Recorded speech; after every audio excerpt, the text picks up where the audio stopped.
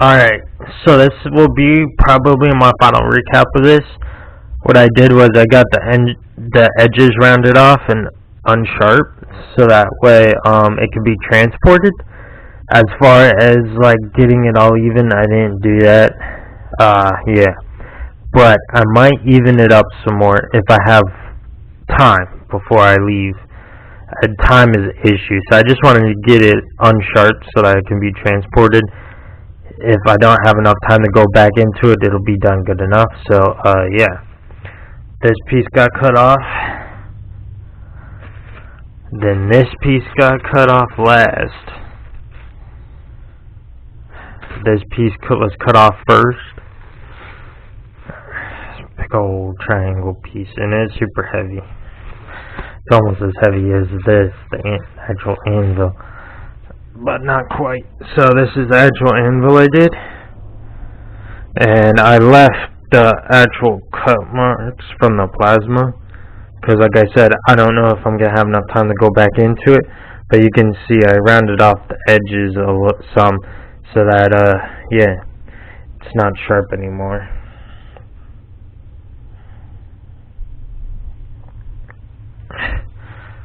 Yeah, so I rounded off the edges just with a file, and I got rid of some of the sharpness on the faces of it too from the actual cutting of it. And it's kind of rusted, but it doesn't really matter. I could have done stuff to keep it from rusting, but I don't really care.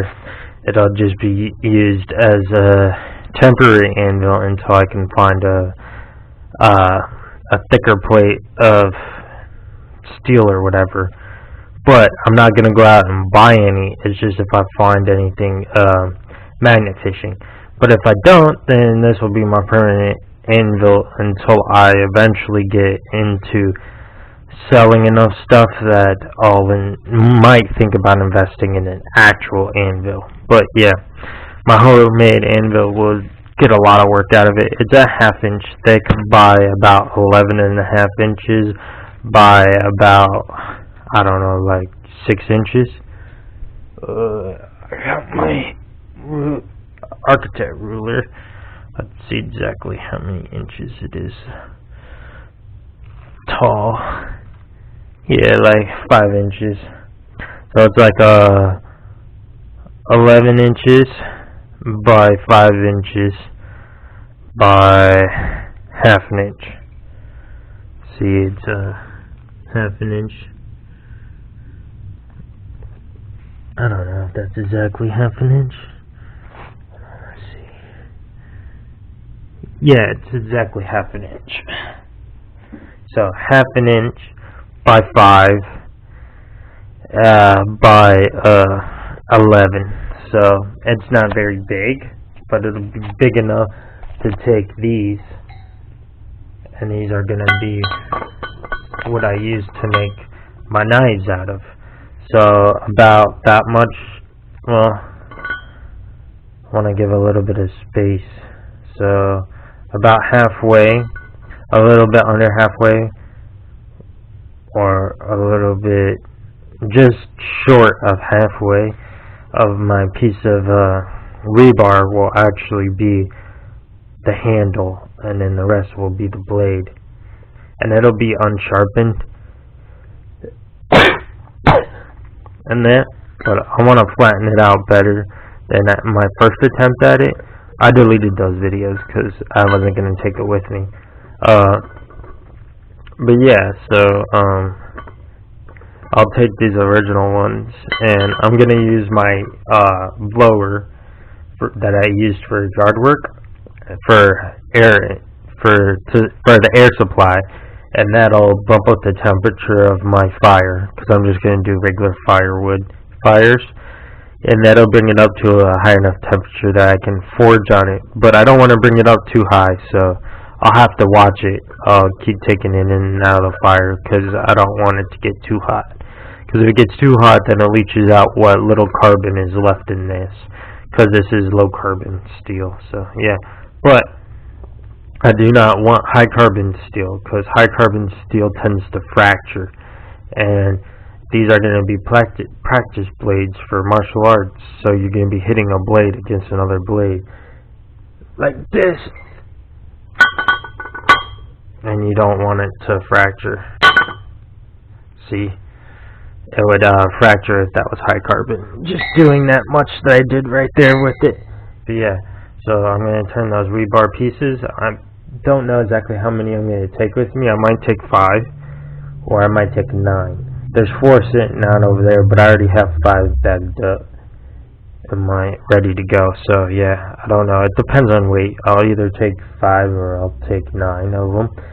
And then I'm just going to take these files with me. There's the flat one, the circular one, and then 3 smaller ones that look like that. One's flat and one's triangular, and then the other one's like this, the round one, except it has a pointed tip on it. But what I've noticed is these files, the pointed tips in that break off, but that doesn't really matter. That doesn't take away from the file, because the main face of it is what I'll be using. These will just be to clean up areas that I can't get at with the bigger ones.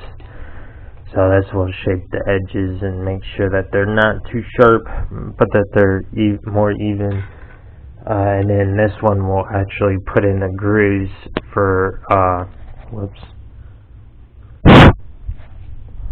whoops, I touched the lens with my file. Whoops. But anyway, so yeah, this round one will put in the grooves that I can use to tie down the handle. It'll just be a regular paracord for handle, but I'll put in the grooves, and that'll help with weight and everything. Make sure that it's even in weight, because I'm a person that likes balance in them. See, like right now the balance is towards the center, a little bit off center, but whatever. Yeah, see, look, balance is in the center.